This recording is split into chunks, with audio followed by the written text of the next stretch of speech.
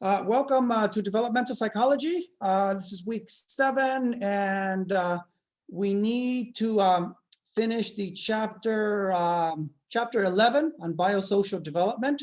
So it's the second half of the biosocial development chapter. We're going to be talking about today things that have to do with the mind, but specifically how to measure the mind and learning disabilities and things like that. This is something we could have easily have talked about during the next chapter on cognitive development, but a lot of things are biologically related. Okay, so we talk about them here. So let's talk about how to measure the mind. Okay, first, you have to know some definitions here. First of all, what is aptitude? Okay, what is an IQ test? What is an achievement test? What are the differences here? So an aptitude is basically the potential to master a specific skill or learn a certain body of language. Your aptitude basically is your potential to learn something. Okay, that's what they call your aptitude. Now, your aptitude can be measured in more ways than one. It can be measured at, let's say, in an IQ test or an achievement test. And there are differences between what an IQ test does, or what it shows, and what an achievement test does. An IQ test is a test that's designed to measure intellectual aptitude. So it measures a certain kind of aptitude, okay? Okay, that's your IQ test. It's supposed to be a way to measure your intelligence, to put it bluntly, okay? That's really what that means, okay? An IQ test. And originally, intelligence was defined as your mental age divided by your chronological age. The term IQ, right, that is used for IQ tests stands for intelligence quotient. Okay, and the history is that at first they would determine your intelligence quotient or your IQ by giving you a certain test, and they would compare how well you scored relative to other people of different age. So for instance, if you're a 10-year-old and you score as well as a 10-year-old, okay, that means you had an IQ of 100. You take your chronological age, you're 10 years old, and then your mental age, that's how well you score on the test, that's also 10. 10 divided by 10 is 1. Multiply times 100 and you get 100. That means your IQ is 100. You are average. That is what 100 means. 100 is the average IQ. That's the way they measured it in the past. Now they don't measure it that way anymore. Okay, the way they measure IQ now is basically they no longer use that simple equation. Now they have basically charts that they look at, and they're still comparing your score to other people. But they have a certain chart that tells them, okay, you scored this well, that means you get this score. But they're still technically doing the same thing, comparing your score to that of others, okay, people of different age. That's your IQ. It's supposed to measure how intelligent you are, okay? Now, keep in mind that the IQ tests are controversial, okay? A lot of people say they're biased, they're not really valid, okay? We'll talk a little bit about that, okay? But that's an IQ test. It has a certain history. Okay, and then there's an achievement test. An achievement test is a different kind of test. An achievement test measures mastery or proficiency in a certain subject. So mastery, proficiency, let's say in reading, math, writing, science, or some other subject. An achievement test measures how much you know or how good you are at a certain subject. Not your intelligence, but how much you know of a certain subject. And that's a different thing. Okay, you can have a very high IQ, for instance, but have very little mastery, very little proficiency, let's say, of math. You just don't know that much math. Okay, or maybe you're just not good at writing, but you can have a very high IQ. And you could also have, let's say, a very high score in an achievement test, let's say, because you know a certain subject really well, but your IQ test isn't necessarily the highest. Maybe you're average, but you happen to be good at a certain subject. Okay, so they measure different things. IQ is like supposed to measure your intelligence, if you believe that, right? And an achievement test just measures how much you know in a certain area. And this gets us to something called the Flynn effect. This is related to IQ. Turns out that when you measure IQ, and you basically give children or even people, even older people, these IQ tests, it turns out that the scores seem to be increasing over time. There is a rise in the average IQ scores that has occurred over decades in many nations. Scores have been going up. That's called the Flynn effect. Does that mean we're actually getting smarter as a society or as a species? Or even in the US, scores have been going up. Does that mean we're getting smarter? No, that is not necessarily the case. We're not necessarily getting smarter, but you have to think about this. The IQ test, right? It's a test that's supposed to measure how intelligent you are. And it turns out that we get better and better at taking those tests. Each generation knows a little bit more and does a little bit better on the test. If you compare the scores of people your age, people now, with people who took the test 50 years ago, you guys would look like you're so much smarter than they are. Are you really that much smarter? A lot of people argue is that you're not really smarter. You are just more knowledgeable. Think about how much you have now that those people 50 years ago didn't have. The internet, right? You have information at your fingertips. You can have within seconds. We have a lot more advances in technology. Things that used to be considered advanced knowledge are now common knowledge, are now things that you learn in like grade school, or things that you learn in college are things that they used to learn in graduate school. We are a lot more advanced as far as what we know and the skills that our children learn and when they learn them. Okay, they learn them faster now. Well, I mean, we expect more now. Okay, so it isn't that we're getting smarter, it's just that we know more, we're more knowledgeable, we have certain advantages. And because of the Flynn effect, because remember, the average IQ is supposed to be 100. Because of the Flynn effect, what they do now is that they make the test harder every year or every decade or every number of years. They change the test and they make it a little bit harder to keep the average at 100. Because if they didn't do that, you guys would look like geniuses compared to the people who took it 50 years ago. If they didn't change the test. If the test remained the same for 50 years, people would be scoring a lot better on it now. And the IQ, the average IQ would now be maybe 130 rather than 100. And the average has to be 100. That's just the way it's defined. That's the way you define IQ. 100 is average. So they have to keep changing tests and making it harder. And by the way, it's the same thing for those achievement tests. For those tests that you take to determine, let's say, how much you know on a certain subject. Those achievement tests to measure proficiency in English and math. And those tests, let's say, to get into college, the SAT, or to get into graduate school, the GRE, or to get into law school, the LSAT, or to get into medical school, they make those tests harder all the time because we get a lot better at figuring things out. We have more information at our fingertips. And we know more. And then those tests seem easier. So maybe these tests are just measuring knowledge. Maybe even the IQ tests are just measuring knowledge. And they don't really measure how intelligent you are. A lot of people criticize those tests and say, no, they're not really measuring intelligence. They're just measuring intelligence. I mean, they're just measuring knowledge. They're measuring what you're supposed to know. And what you're supposed to know changes over time. Keep that in mind. Okay, let's keep going. Here's more about how to look at IQ tests. So here's what we call the distribution of IQ scores. Okay, when you give an IQ test to a bunch of people and you graph the scores, they form a graph like this. They form what's called a bell curve. A lot of you have probably heard of the bell curve. There was a book written called The Bell Curve that a lot of people criticized. Okay, we'll talk about why in a moment. But when you graph the data, right? And remember, they want to keep it this way. The average score has to be 100.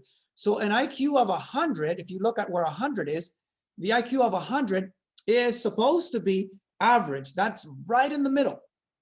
Okay? If your IQ is higher than that, then you're more intelligent than average. So here, look at that largest area there, I think in gray, okay? An IQ between 85 and 115 is average. That means you're in the average range. The people of average intelligence score somewhere between 85 and 115. 100 is the average. If you're a little bit below average, you're a little bit, well, a little bit less intelligent, but you're still in that group of people that are considered average. It's just that you're a little bit below average, right? If you're a little bit higher, 110, let's say, you're a little bit smarter than average according to the makers of the test, but you're still generally in that average group between 85 and 115. If you are 115 to 130, then they call that superior. That means you're basically smarter than average, notably smarter than average. If you're 130 to 145, you're in the gifted group. And in the past, I remember when I was in school, they had classes for the gifted. They had gifted classes. They had the gifted program. Nowadays, they might call it honors or something like that, but it's not necessarily based on IQ.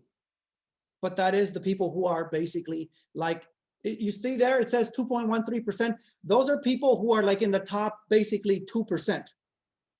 Those in the superior range, they score in that range, they're 13 points, they're in the top 13.6. And then you have genius level that have 145 or more, they're in the top 0.14%, according to, the test. And then we have people at the other end, people in that, 70 to 85 range, those are slow learners. Those are people who basically would be special ed. They're slow learners. They're considered less intelligent, slower learners. They're probably in special ed. Yeah, they would be in special ed, maybe special classes. Your IQ, by the way, can be higher than that, and you can still be special ed because you may have behavior problems, emotional problems, or maybe you just don't do well on tests. We'll talk about that. But if your IQ is in that range, 70 to 85, then you're special, so to speak. You're slower than average. You're not as intelligent, according to the people who make the test. 2.13%, you're in the bottom 2.13%. Mild intellectual disability. You're not just a slow learner at that point. You're intellectually disabled. They used to call that different things in the past, that a word that we don't use anymore that starts with an R, okay? And then if you're in the bottom 0.14%, moderate to severe disability. That's also that R word, but you are severe, moderate to severe. Mild is bottom 2%. Slow learner, you're in the bottom 13.6%. And that's kind of how they break up the scores to help people understand where someone is as far as their intellectual ability or their intelligence. But this is controversial because I will tell you that originally the IQ test was meant for, it was developed first in France. It was called the Stanford Theophile test. And then they developed an English version, the Stanford Binet test, which we're going to talk about in a moment. And that test was basically meant for, the Stanford Binet test was the one meant for Americans, for American children that are basically middle to upper class. It was developed with those people in mind. And back then, by the way, what they meant by American was white. American doesn't mean white anymore. We have a lot of diversity, a lot more diversity now. But it's basically more suitable for white people than it is for anyone of color. Okay, because culture differences, there are cultural differences, okay, and there's also economic differences.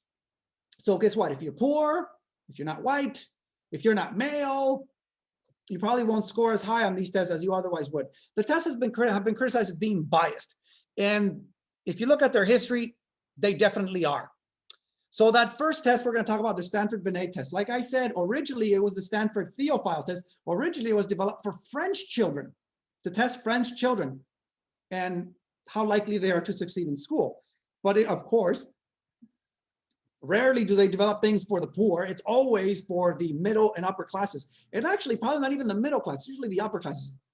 I mean, as you guys know, in our society and in any society, the poor people are always ignored, trampled upon, not treated that well. And trust me, they do not develop the test for the poor people or the people who are just underprivileged, disadvantaged. It's basically for those who are more privileged, okay? As a member of middle or upper class, you're supposed to know certain things, be able to do certain things, And that is really what these tests measure. So the Stanford Binet test was the one basically meant for Americans, okay? And they're the ones, and that's where the term, like I told you guys, the intelligence quotient is your IQ. It was developed basically by the makers of this test, the IQ. Remember, first it was in France. Stanford is the one. Stanford Theophile, Stanford Binet. You can see the common name there, Stanford, right? That's probably the main author, the main person there that was leading the research to develop these tests. But your IQ is the intelligence quotient. It's supposed to basically, determine more or less how intelligent you are. And like I told you guys before, it compares your chronological age, which is how old you are in years, with your mental age. And that's really how well you score on the test. Children who are older should be able to answer more questions on the test than children who are younger. Adults should be able to answer a lot more questions than a child that's 10 years old. But if there's a child that's 10 years old that can answer as many questions as the average adult, that means that's a very smart 10-year-old, okay? But that's what it does. It just compares people of different age, compares the scores, and then spits out a score that is supposed to be your IQ, okay? Now the test, like I said, has been criticized for being culturally biased, okay? It was first developed for the French kids, and then for American kids, and basically those that are middle to upper class. So middle class or higher. And, and believe, and keep in mind that back then, what they meant with America, it was basically white people, okay? It's meant for white America, okay? Not for anybody else. And the test has been criticized as being culturally biased. It underestimates the scores of children who are in the minority, children who are Black, children who are Latino, or even Asian, those that are poor, and even women. Guess who leads the research in that area? It's a lot of mathematics involved in developing those IQ tests. It's a lot of researchers, a lot of PhDs. It's basically it's a very male-dominated area, just like engineering. So when you make a test, it is practically impossible to separate culture from it. What are you supposed to ask? Questions are supposed to ask on the test. And it's almost impossible to separate culture. So basically the test ends up being culturally biased. And because it's, mostly white males are developing the test, it's basically they're measuring knowledge according to a certain perspective. And you can see how it underestimates scores of women, people who are minorities, people who are poor, so that's the criticism. Because of that, there are other tests have been developed to try to do a better job at measuring IQ or measuring your intelligence. And some of those tests are known as the Wechsler tests. The Wechsler test, I believe his first name was David. David Wechsler is the one who developed these. These were designed to measure vocabulary, general knowledge, memory, spatial comprehension, and there's different versions of it. There's the WPPSI, the Wechsler Preschool and Primary Scale of Intelligence. That's the one meant for preschoolers, right? The WAIS, the Wechsler Adult Intelligence Scale, is the one given to adults. The WISC, the Wechsler Intelligence Scale for children, that's the one for children. So different tests for different children. Okay, those are the Wechsler tests. They are a little bit better. They tried to make them less biased, right? But they're still biased. It's impossible to separate culture. According to research, IQ tests are good predictors of school achievement and adult career attainment. They're supposed to measure how well you can think, how well you can solve problems, what you know, how good your memory is, all sorts of things like that. And if you do well on them, generally it means you can do well in school and you can do well, as an adult in your career. Keep in mind that, yes, we do live in the US, and yes, most people here speak, English, and, and there is such a thing as American culture, and businesses and schools and stuff like that. So yes, the tests reflect basically American society and, that culture. And it's middle to upper class, remember, okay? So they do predict that, okay? But they wouldn't predict school achievement and career attainment, let's say in China, because that's a different society, okay? That's a different culture. Now, I told you these, so like I said, the IQ tests have been criticized for being culturally biased, okay? And for not assessing other aspects of intelligence. And they're especially criticized when people try to claim that certain groups of people are smarter than others. And the tests and the research has been used by people uh, basically to make racist claims of superiority of one group over another, and to make claims of the inferiority of other groups. And it has been used for things like that, for political purposes as well, for racially motivated purposes, and has actually led to a lot of harm, okay, and caused a lot of problems. They've been criticized for being culturally biased and even being racist and things like that, these IQ tests. And with that in mind, there are other people who have tried to make tests that are better. Robert Sternberg, for instance, has a different take on how to measure intelligence. Robert Sternberg says that there isn't really one aspect when it comes to intelligence. And by the way, when it comes to IQ, it's just your IQ, right? It's like one score. It's general knowledge. It measures something general, okay? Robert Sternberg says that there's actually 3 types of intelligence, 3 distinct types. There's academic intelligence, creative intelligence, and practical intelligence. And the academic intelligence is really the one that's really measured on those IQ tests. They are on the IQ test. It's really those questions that reflect, you know, what you should be learning from school, what you should know according to, you know, to American culture, right? It's really academic intelligence that they stress in those IQ tests. So Robert Sternberg reasoned, he said that that's only one type of intelligence. There's also creative intelligence, and that's never measured. There's also practical intelligence, that's not measured either. So he says there's 3 different types of intelligence. And you maybe have a lot of academic intelligence, but maybe not be too creative or not that practical, or maybe you have a lot of practical intelligence, but maybe you just don't have a lot of academic intelligence. Let me give you other words for these. Academic intelligence is also known as book smarts. Okay, it's the kind of intelligence they stress in school. You're book smart, okay? And I am very book smart. I'm your professor, I'm your instructor. I have to be very book smart. I have a lot of academic intelligence. I'm very well, I have a lot of education. Okay, if I wasn't good at that, I wouldn't be where I am, okay? So that's academic intelligence. When you're really good at that stuff they teach in school, okay? But there's also creative intelligence. Those are the people who really know how to draw, or who know how to make music, or know how to dance, or who just know how to create sculptures. It comes in different forms. That's creative intelligence. They are also intelligent, but they have a different kind. And there are those people who have practical intelligence. Oh, by the way, creative intelligence, it's also called, academic intelligence is book smarts. Creative intelligence is called, I forget what that's called, the generic term for it. Practical intelligence practical intelligence is street smarts. Practical intelligence is your ability to survive in the real world. You may not be that good at school, right? Maybe you're failing school, but you have a lot of street smarts, let's say. You know how to get things done in the real world. You can be a good worker. You can run a successful business, let's say, be successful because you have a lot of practical intelligence. You really know people. You know how to work people. You know how to attract people. You know how to deal with people. That's practical intelligence. Or you know how to survive in the real world. Well, I'll put it to this way. What about a gangster, right? A gangster. Gangster probably not doing very well in school, right? Probably dropped out of school, probably wasn't doing very well. You know what gangsters have? Practical intelligence. They know how to do stuff out there, right? And what they're doing, of course, isn't always legal. They do a lot of illegal stuff, but they know how to do some stuff that's actually very intelligent. It's just not always legal, but it is practical. I'm sure you guys have watched movies about people in prison and how hard it is for the people who run the prison to keep a lot of these people from hurting each other, from killing each other, how they're able to create weapons from things that you wouldn't think that they can do. You think that they have no way of creating a weapon, but they do. They create weapons. You call it a shank or something like that.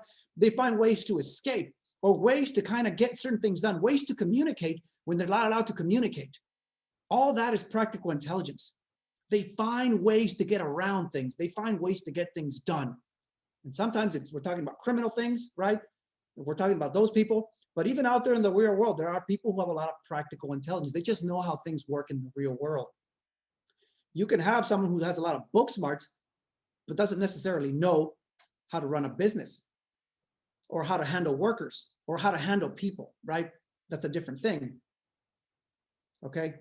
But all those are different kinds of intelligence, and 3 distinct types according to Robert Sternberg. So that would be a little bit less biased, right? At least tells you there's 3 different kinds,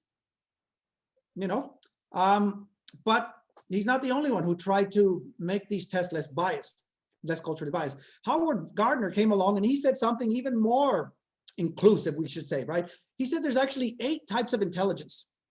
That's what your book says, by the way. He added another one later on. There's actually 9 different types of intelligence. Okay. But the 8 that your book mentions are this. There's linguistic intelligence. There are people who just are good with language. Those are the people who are really good at reading and comprehension. They're good at writing. They're good with language. And there's people who have logical, mathematical intelligence. Those are people who are good at math. People who have musical intelligence, people who understand rhythm and rhyme and tempo and things like that. They have musical intelligence. There's people who have spatial intelligence. Those are people who are able to manipulate objects in their mind, so to speak, who can visualize an object really well and can tell you things about it. Give you an example, a pilot, someone who's flying a plane should have good spatial intelligence. I know they have a lot of instruments that tell them a lot of things about what's going on, but if those instruments fail, that pilot has to know how that plane is oriented, how to maneuver that plane, and how to visualize if that plane has the right approach to the runway, or to know if the plane is basically upside down or sideways or something. They have to be able to visualize those things. That's spatial intelligence. It's not just pilots, it's other people. If you're good at solving puzzles and you can visualize things, solving those physical puzzles like that Rubik's Cube or whatever it is, you have good spatial intelligence.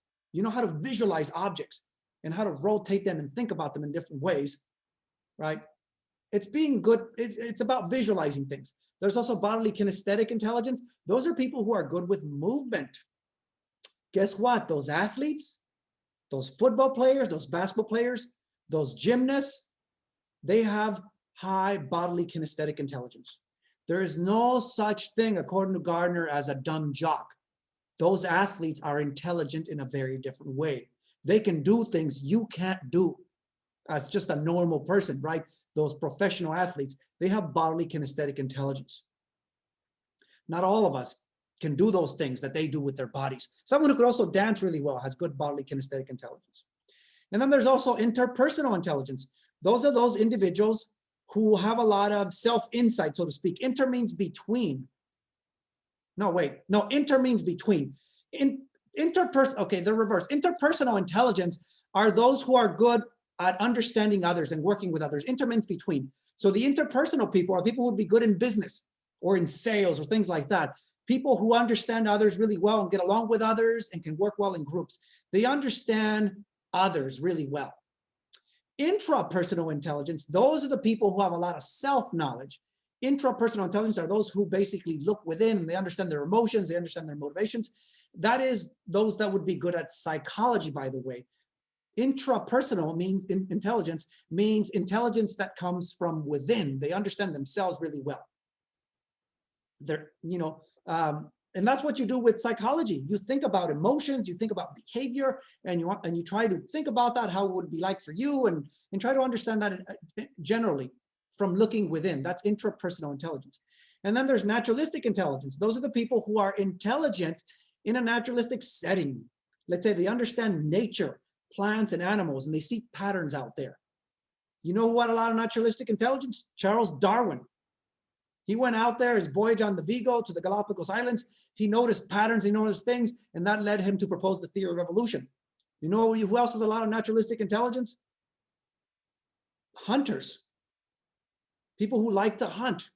They notice patterns and things out there, and they know how to track animals, and they know how to read the environment, the landscape, right? And know where they might find a certain animal or something like that. But other people as well, people who are gardeners, people who basically like the outdoors and can do things really well in the outdoors, maybe even a forest ranger, things like that. They have naturalistic intelligence. They understand the natural world, the environment out there. Not the stuff about people, but the stuff about the natural world, plants and animals, geology, right? Mountains, all kinds of things like that. Later on, he added another one that he called, what did he call it? Existential intelligence. That's kind of intelligence related to philosophy, the meaning of life, is there a God, that kind of thing. So according to Howard Gardner, according to your book, there's 8 different kinds of intelligence, but later on he added 9. So there were 9. And there's a picture of Gardner right there. The one at the top, that's Robert Sternberg. Look, notice it's still basically males, okay? Still white males for the most part, right? There is a bias that comes with that. So these tests, people still criticize them, so they're still culturally biased. Okay, but people can be intelligent in a different way. And Howard Gardner's theory is more acceptable nowadays, especially for academics or in school, right? That they stress that everyone's intelligent. It's just that people are intelligent in different ways. That's a nice way of thinking about intelligence.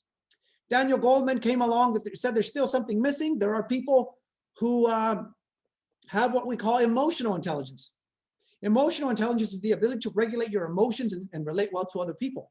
People with emotional intelligence can control their emotions, motivate themselves well, right? Control their behavior, get along with others, and just do well in the real world because of that. They have emotional intelligence.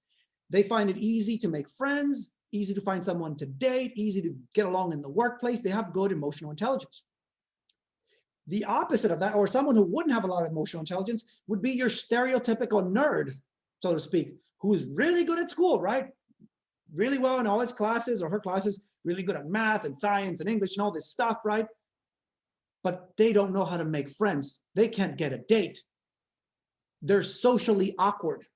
They are lacking emotional intelligence, according to Gardner. And what happens is, and not according to Gardner, according to Goleman, Daniel Goleman, what happens is that they have stressed academic intelligence so much, and they basically are just involved with school so much that they neglect their relationships. They neglect other aspects of their lives, and therefore can be awkward socially, can be underdeveloped socially, and don't really know how to make friends, don't know how to get along with people, don't know how to get a date or find a romantic partner or how to get some sex, or things like that, right? They're very awkward. Those are your stereotypical nerds. They're lacking emotional intelligence, according to Daniel Goleman. But that is a certain kind of intelligence as well. And that's what Daniel Goleman talked about. So there's different ways to measure intelligence, by the way, and people can be intelligent in different ways. That's the point of this. Let's keep going. Let's talk about biologically what's going on, brain scans. So one way to indicate aptitude is to measure people's brains directly. So you can do a brain scan, but brain scans do not correlate with IQ tests in childhood. So in childhood, when they scan children's brains and then they compare it to their IQ scores, they don't really find much of a correlation. But when people are older, like when they're adolescents, when they're adults, and then they look at their brain scans and they try to find a pattern with the IQ scores, then they do find a pattern. So maybe it's just that the brain isn't well developed early on. And that's why they're not seeing that pattern, that correlation with IQ. They also find by looking at brain scans that localized brain hubs, basically that certain parts of the brain are more active when you do certain kinds of things, like when you're reading, or let's say when you're listening to a song or doing something else, right? There's localized brain hubs. Certain brain areas are more active when you do certain things. And that suggests that there probably is such a thing as multiple types of intelligences. If you have one part of your brain very well developed, it suggests that you probably are better at that thing. Okay. Overall speed of reaction seems to be a characteristic of the entire brain. Like how well you can think, how well you can solve problems, how well you can react. That just seems to be basically all over the brain. It's not one area that gives you speed of reaction. That may underline what we call G, your general intelligence. And by the way, when it comes to general intelligence, that is what the makers of the IQ test, they believe in that general intelligence. Your intelligence is one thing. And they measure it with this thing called the IQ. Remember that other people then broke up intelligence into different things. And that wouldn't be G, that wouldn't be general intelligence. That would be S, specific kinds of intelligences. Okay, and with S, specific intelligence, that would be localized brain hubs. The entire brain being good at something, that would be general intelligence. So maybe your ability to think, how quickly you can react, that would be more like your general intelligence, maybe your IQ. But when you're talking about specific things that you do, well, they're in specific parts of the brain. That basically indicates multiple types of intelligence. There are vast variations in children's brains. Children's brains differ. They can differ a lot. So experts are hesitant to argue for one interpretation of IQ tests versus one interpretation of IQ tests and brain scans. It's actually a very controversial thing to talk about IQ and intelligence, right? Because people have attacked it's biased, it's racist, with all these bunch of things. When they look at brain scans, like I said, they find no pattern early on, but they find patterns down the road with the brain when the brain is more fully developed. It's a controversial thing to talk about, and experts, at least those that look at brain scans, are very hesitant to make a very bold claim that says that basically that people who are highly intelligent are just going to have more development in this part of the brain. And you know what? When they look at brain scans, it's not cause and effect. They're looking at a brain scan and they're relating that to IQ. It's correlation. Remember, when it comes to correlation, okay, correlation does not mean causation.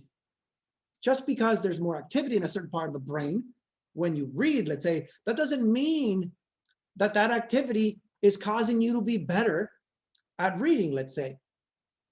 But there's an association. It might be, but we don't know for sure. It's just a correlation.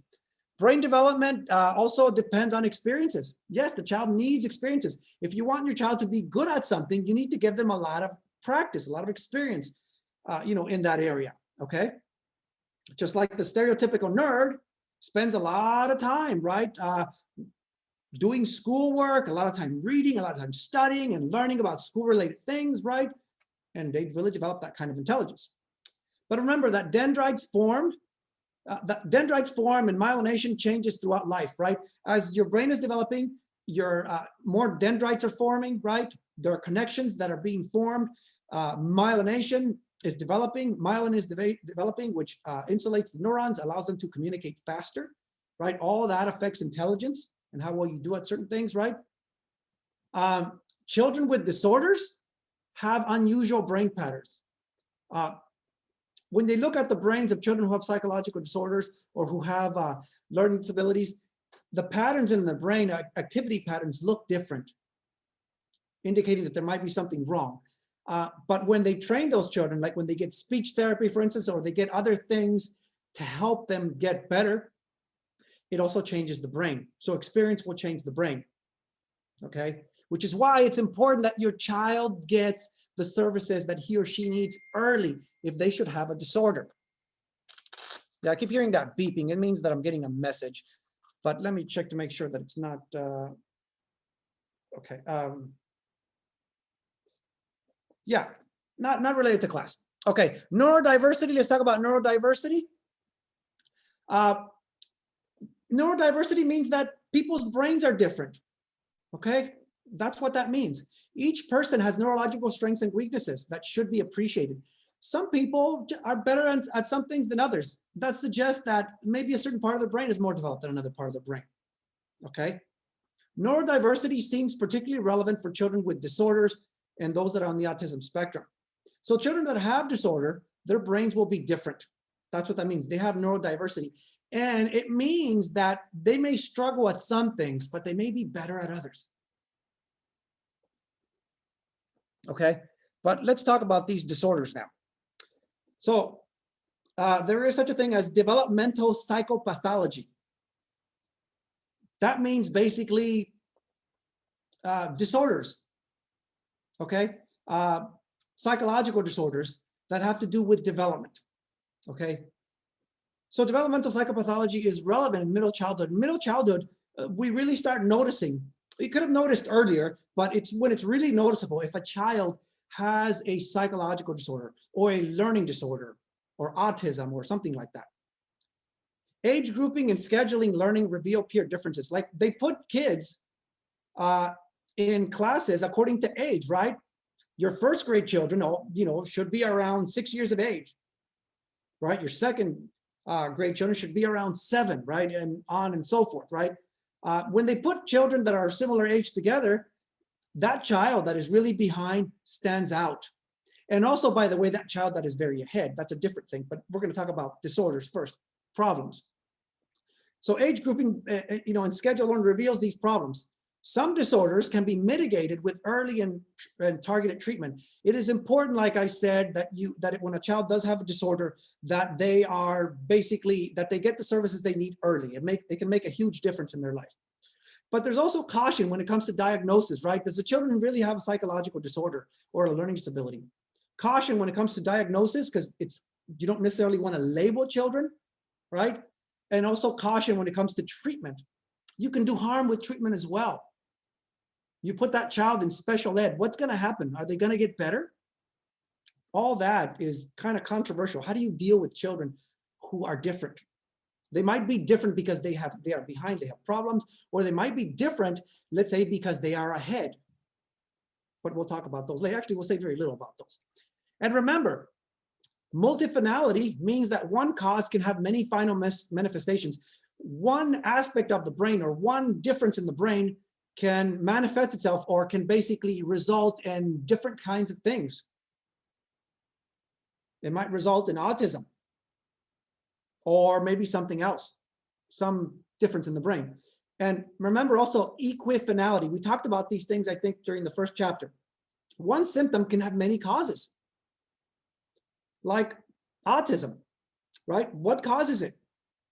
Is it really due to teratogens, basically certain harmful chemicals that affected the child's brain during development? Is it genetic? Is it due basically to things like, let's say, child abuse, neglect, right? No, that's not what causes autism, just to point out. And there's no evidence that it's vaccines, by the way. But it definitely is biological. But there's many different forms of it. So children who have autism are not all the same. We'll talk specifically about autism in a moment. Okay? So specific learning disorders. We're going to talk about specific learning disorders. The specific learning disorders. So the DSM-5R is the current version that I think we're on now. That stands for the Diagnostic and Statistical Manual of Mental Disorders. It basically classifies these disorders. Okay, it says that that children can have disabilities in both perception, in other words, how they see things, how they perceive things, and also processing, how they understand things. And it results in lower achievement than expected in reading and math, writing, and spelling. Children who have these disorders will often be behind and they'll have problems academically. Not always, but often they will. Okay, but they can have a different kind of problem. It could be a social problem, where maybe they're okay academically, but they have problems making friends, for instance. We'll talk about things like that. When you have a disability, right, like a specific learning disorder, specific disability, they do undercut academic achievement. Yes, these children do tend to struggle for the most part, okay? They also destroy self-esteem. When these children do realize that they're different, that they're behind, that they're special ed, right? It really destroys their self-esteem. They feel stupid, they feel left out, they feel that they're worthless sometimes. So it really is a very tough thing to deal with for children, right, when they find that out. But they're not aware of it early on, by the way. Early on, they may not be aware of it. It's when they get older that they realize that they're different.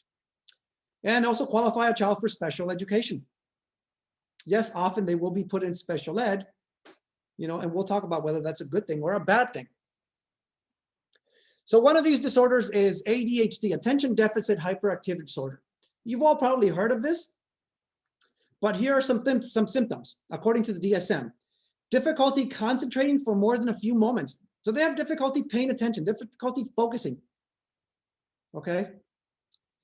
They're also inattentive. They can't pay attention for very long, and they're impulsive and overactive. So if I could really sum that up very easily for you. So they have problems paying attention, and they have trouble controlling themselves, controlling their behavior. It's ADHD, attention deficit, problems paying attention, hyperactivity, trouble controlling themselves, controlling their emotions, controlling their behavior. Attention deficit, problems with attention, and hyperactivity. Those are the two things. In the past, they used to call it ADD, attention deficit disorder, but there's usually hyperactivity as well. So now it's called ADHD. Symptoms must start usually before age 12, to really be ADHD, okay? And the new definition of ADHD includes more people with an incidence and increase. There's a lot of children nowadays that qualify as having ADHD, a whole bunch of them. And some experts suggest that, we're probably overdoing it, that we're probably labeling a lot of children as having ADHD when they don't really have ADHD. Remember, children by their nature have lower attention spans, shorter attention spans, and by nature, they're also more impulsive. Does that mean they have ADHD? Well, a lot of children are misclassified, misdiagnosed, okay? It cannot be that we have, 1 out of every 3 children that have ADHD, but some research suggests that that's the case. It can't be that high. Those, by the way, that have ADHD, that really have ADHD, have a problem in the brain, okay? The front part of the brain, the prefrontal cortex, is understimulated. That's the part of the brain that allows you to focus and to control your emotions, by the way. So it's understimulated, and it's often treated with stimulants, okay? Treatment for ADHD. So there can be treatment for both the family and the child. There can be behavioral treatment where they teach the child how to behave themselves, right? And they teach the family how to better handle this child, better parenting skills. Special education for teachers, where teachers learn, for instance, how to handle children who have ADHD, proper techniques for handling them. And what's often prescribed is medication. That's the most common treatment. They give these children Ritalin or Adderall, something like that. And what that medication does is it stimulates the front part of the brain, and that makes it easier for them to focus. And when they can focus, right, that means they can pay attention, and then they do better in school. But of course, it doesn't work for all children, and there's multiple medications. Ritalin, Adderall, those are just some, right? There are others, but often it's treated with medication. Remember, as equifinality suggests, disorders vary in causes, so there's no single treatment that works for every child. So, children can have ADHD for different reasons. ADHD, the way we understand it, really has something to do with the brain. The front part of the brain is understimulated, but children may behave as if they have ADHD because of really bad parenting, where the child is out of control. Or they may also behave as if they have ADHD because they're very stressed out, let's say. So there can be several things that could be causing it. But with the cases that we consider more likely to be ADHD, we're talking about basically understimulation of the front part of the brain, the prefrontal cortex. And then there's autism spectrum disorder. We used to call it autism in the past. And by the way, I'm going too slow. I'm going to have to speed things up. We used to call it autism in the past, but now it's just called autism spectrum disorder because it turns out there's different kinds. But children with autism spectrum disorder usually have 3 types of problems. Problem with social communication. They don't take as much of an interest in other people. They don't always form friendships. Okay. They don't always talk to others, take much of an interest in others. Okay, that's a problem. There's also, with social communication, we're talking specifically about speech. Yes, children that have autism spectrum disorder have problems with speech usually. Often they don't talk to others, or they can't talk, or when they do talk, their speech is, they can't pronounce the sounds really well. So they'll often, if they get treatment, they'll often have speech therapy as part of that treatment. So problems with speech, with social communication. There's also problems with social interaction. That's the problem where they don't make friends. They don't make eye contact. They don't take much of an interest in other people. And then there's a problem with repetitive behavior, restricted repetitive patterns of behavior, interests, and activities. So they often like to play the same things over and over, listen to the same song, play the same thing, color the same picture, or they like to wear the same color over and over again. They like to do the same thing over and over again. By the way, the pattern of what they do over and over can change as they get older or as they take an interest in different things, but they basically become very focused on that one thing, and they engage in this repetitive pattern of behavior. And that includes mild, moderate, and severe. Okay, so there's different degrees of severity. My son, by the way, is on the autism spectrum disorder, and he has all the symptoms. He's mild though. He's not severe. You know, now that he's a little bit older and is getting treatment, he is taking more of an interest in people. He is starting to make friends and stuff like that. He can talk better now because of speech therapy. He does have the repetitive patterns of behavior. He drives us nuts with the things that he does, right? And sometimes the repetitive patterns of behaviors, by the way, that can also be tantrums, okay?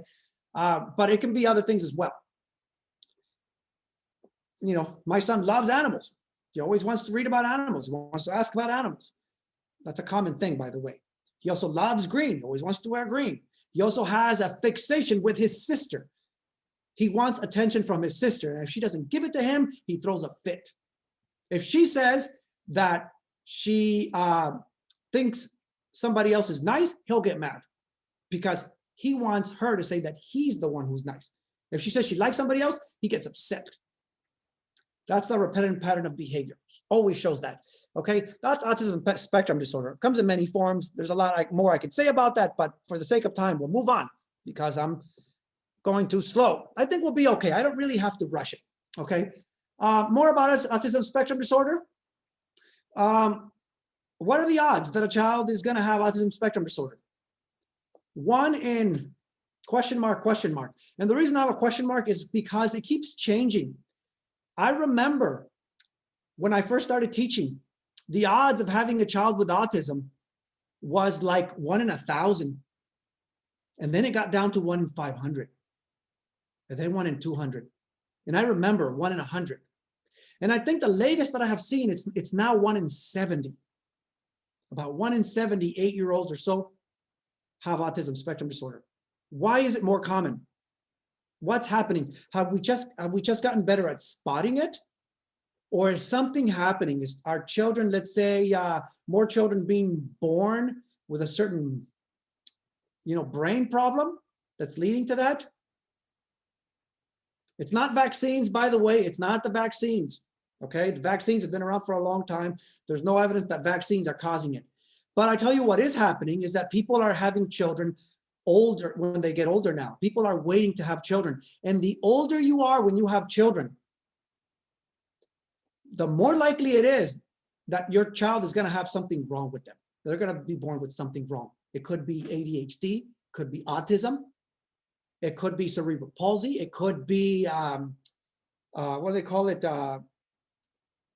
Trisomy 21.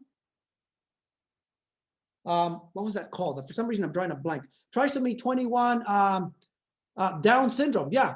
The older the mother and the father are when they have children, the more risk that their children will be born with something wrong. And I think that's probably what's happening here, is that people are waiting longer to have children. And there's more risk. When you're younger, there's less risk that you're going to, you're more likely to have healthy children when you're young, although it can still happen. Okay.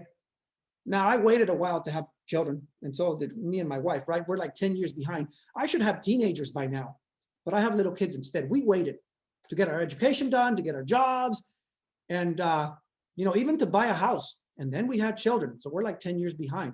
And my son is the second born. And yeah, he's mild. He's on the autism spectrum. If we had children when we were younger, they'd probably more likely, they'd both be normal. But we have one child that is on the autism spectrum.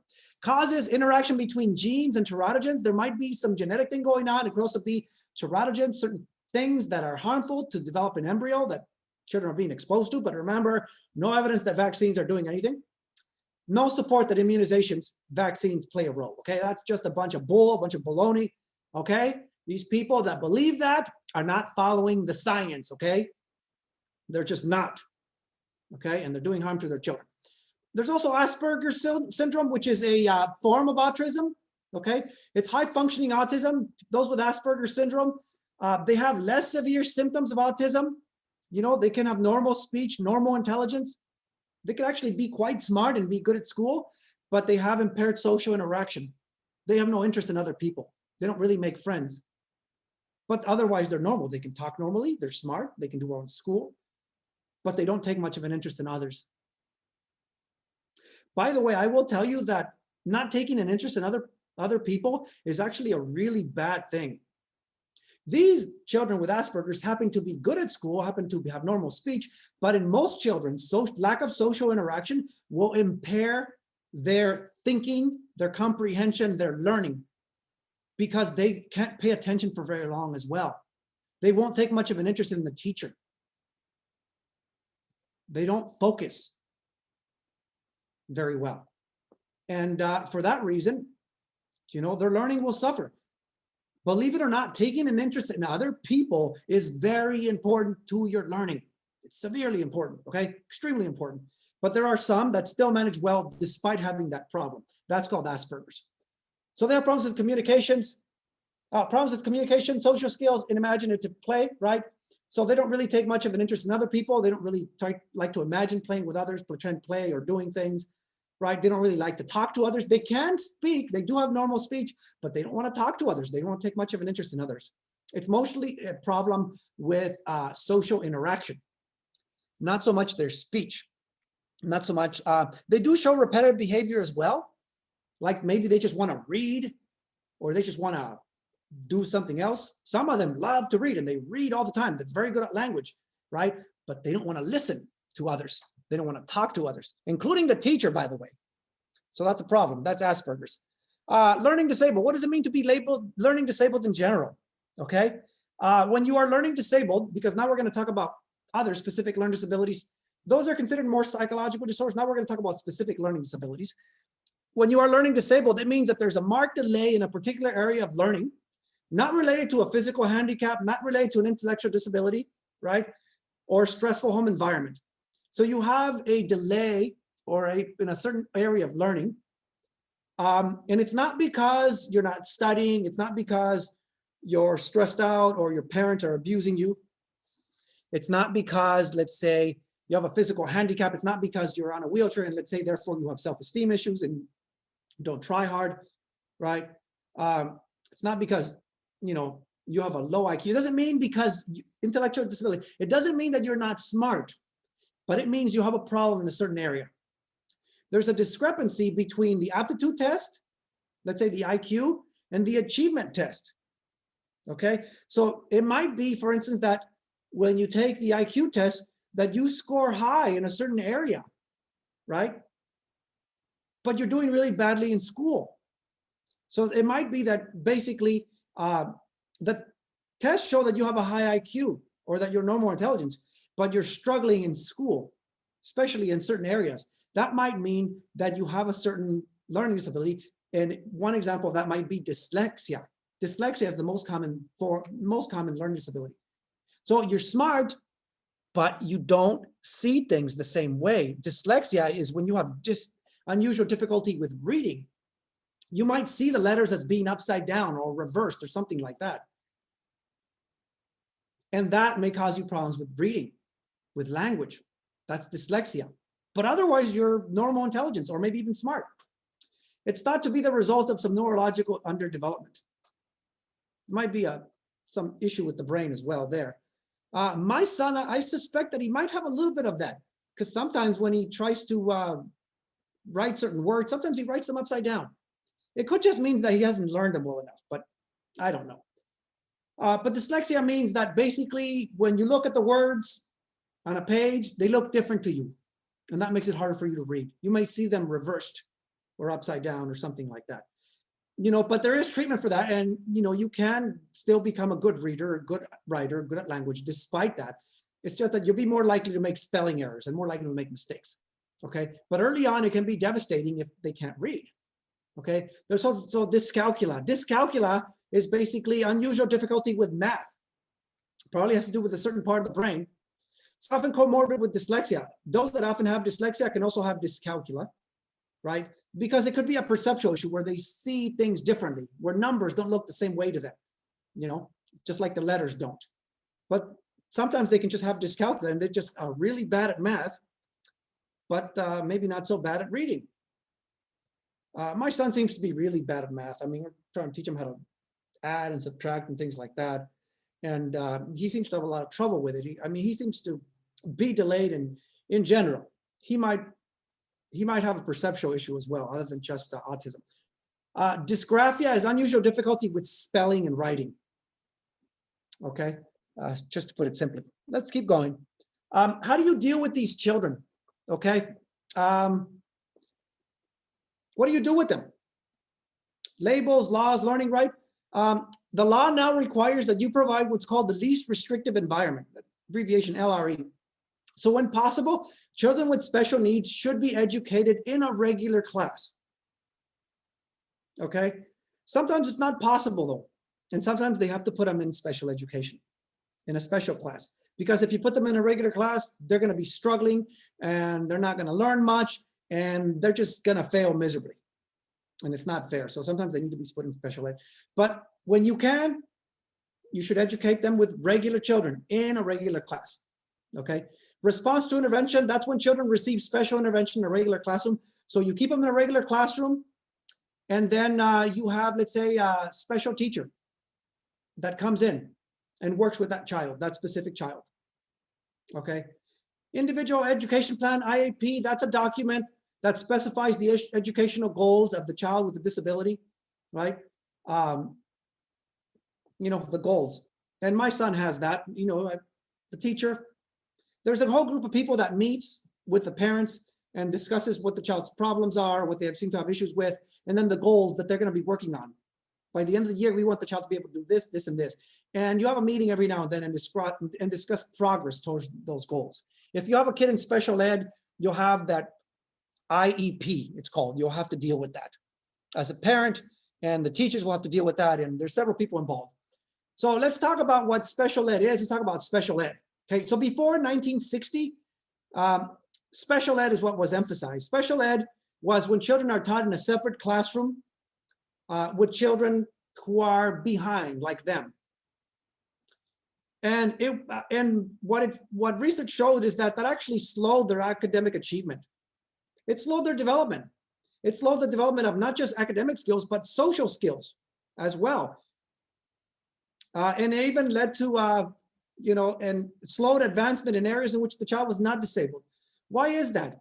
Often when children are taught in special ed, they are taught at a very low level. They often do things that they don't learn much from. They're treated as if they're just not intelligent at all. And they have them doing things just like maybe just coloring and drawing and not doing much to advance their skills, or cutting paper or things like that, cutting the little figure and drawing it. There's some horrible things in the past that they found that, that special education was just horrible.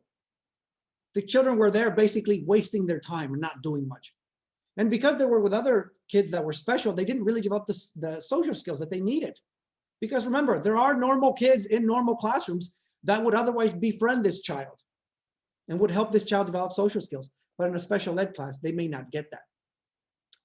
After 1975, they emphasized mainstreaming, which means that children are taught in a regular classroom. And that could also be the least restrictive environment we talked about, right? The teacher has to use alternative methods, be aware that the child has a learning disability or has an issue, and has to use certain methods to try to better teach this child, allow the child more time to complete the work, things like that. A resource room is where children spend part of the day with a specially trained teacher. So every now and then the children are pulled away from the classroom, the ones who have certain disabilities, and they're taught by that teacher for a special part of the day. My son actually has that. He's pulled away and he has speech therapy in school. He also has speech therapy outside of school, okay, through our health plan, our health insurance. They cover it. But that also undermines social relationships. The children notice when these children are pulled out, they notice that, and they, after a while, figure out, hey, these are the special kids. These are the ones that are not that bright. And that's what they think, and they treat them differently. So it hurts their social relationships. Inclusion is where the children are taught in a regular classroom with the help of a specially trained teacher, where they might have their own aid, for instance. That's often called a paraprofessional. The best solution currently available. The problem is that the schools often don't have the money to provide that, to have a special aid just for that one child. My son has that, by the way. He has a special aid. But now of course, with everything that's been disrupted, everything is remote learning now. So now that isn't happening. But he had that. The problem is that the aid they often provide isn't a specially trained teacher. It's just like a regular aid, but the aid is there to focus specifically on that child and help that child. But what the child needs is a specially trained teacher, a specially trained professional, a paraprofessional, right, that knows about that disability and knows how to help that child. That's not what they provide. Not really in public education. They usually just provide another aide that isn't really trained in how to deal with those children. It's just a regular aide. But remember, these children are special. They have special needs. More about special education. Diagnosis and intervention often occur too late or not at all. Often children are not diagnosed as having some learning disability or having some problem, and they don't get the resources they need. They don't get the help they need. Or often it comes too late. The earlier you do it, the earlier your kid gets the services that he or she needs, the better they'll be, the better off they'll be down the road. Individuals with disabilities, Act of 1997, right? There was that law was passed in 1997 that basically said that, that these children basically you need to provide resources. I don't know everything, the access, but you need to provide resources for these children. They are, required to get an education, and you as a parent have rights as far as, whether you think they should be in special ed or in a regular classroom. And there are things like that. Okay, these kids now have more rights, and so do their parents. I don't remember specifically what the act says, but there's one recently, not that recent, 1997. But early intervention is best, like I said, right? It's best that you get to them early, right? Not the way to fail approach. Sometimes parents are in denial, think that their kids are normal, that they'll be fine, that they're going to outgrow it. You are doing your children harm if you do not provide them with the resources they need early on. They're going to be behind even longer, and they're going to have more trouble down the road, and even as adults. Teachers, therapists, and parents work at cross purposes to help these children. When you deal with the special ed kids, when you have the IAP, there'll be meetings with the teacher, the parents, the school psychologist, the speech therapist, the principal or vice principal will also be there sometimes. So it's a whole group of people that are working together to help this child. And those are those IAP meetings. It takes a whole group of people to help them.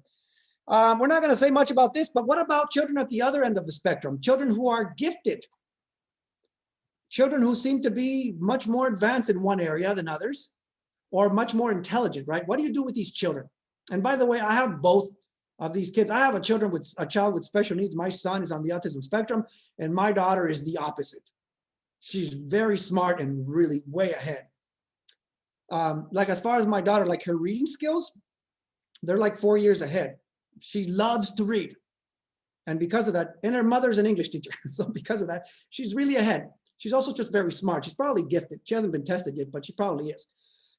Keep in mind also that she has very educated parents. Okay. So what do you do with these other kids, right? The ones who are talented, who are gifted, so to speak. Do you put them in a separate classroom, in gifted classes, accelerated classes, right? This leads to controversy, right? Are they getting special treatment? Or if you keep them in a regular classroom, are they suffering and being unnecessarily held back unnecessarily? What do you do with these kids, right? There's variation in what makes somebody gifted, okay? It could mean they have a high IQ, that they have high general intelligence, right? It could mean they're talented in one area, maybe with art, like the image shows of this kid over here. Maybe they're really good with art, or maybe really good with math in particular, or something else. Or they could be talented when it comes to sports or something like that. They show divergent or convergent thinking. They think differently. Okay, they may be very well ahead of how other children think. Or they're very creative, musically, artistically, right? There's varying definitions. But what do you do with these kids, right? If you have a lot of money, right? If you're rich, right? You can put these kids in a private school where they can really cater to their needs and make sure that they, continue to stay ahead and get what they need to become who they're meant to be. They're going to probably be very successful, right? There are things like that. There is, I forget some of these things, what they're called, but we have a high school here, but that's a high school. At the college, that's Soar High School, right? And they take the children who seem to be really smart, kind of gifted. And that's supposed to be one of the best high schools in the country. Why is that? Well, because they also have requirements of how you get in there. Okay, they don't not just anybody can be in that SOAR high school, right? You have to be very smart, and you have to have certain things that qualify. I think you also have to be needy and have there's income requirements like that. I'm not sure that my daughter would be able to get in when she's older because we're high income. I think it's mostly for children who don't have the income. Because if you do have high income, then you can pay for your kid to go to private school. Okay. But what do you do with these other kids? There's other programs that I've heard about that are not coming to mind right now because I'm recording this and having to think out loud. But there are other things that you can kind of try to get your kid into that if you think your kid is gifted or is advanced. There's a lot of parents that want to get their kids in there, by the way. They don't all qualify. Not all of them are technically gifted. Parents always think the best of their kids. But, well, that's why there's testing and things like that to see if, what the other people think and whether they're going to let them in or not into that program. Your instructor, believe it or not, was one of these people. I was gifted. Well, stop being gifted, but I was in the gifted program when I was in junior high and high school. I was in a special program where we were in classes with other gifted kids, and we were put in similar classrooms. And I guess it means that they tested us, gave us an IQ test, and we were high IQ, I guess. Regardless, okay, there's different ways that different schools deal with this. It just depends on the school's resources. I went to a public school, but they had some resources. I guess they had a gifted program. I don't know if your schools have anything like that. But that's later on when they get to high school or maybe junior high. But do they have anything at the elementary school level? Most likely in public schools, they do not. And it's only when your children get older that there may be something that they can get into basically that's going to cater a bit better to their needs, okay? Because they're going to be bored in regular classes because they're smarter than average. They're going to be way ahead. And they won't like school, by the way, if it's too easy for them. They think it's a waste of time. All right, that is where we will stop. We are done. Let me stop recording.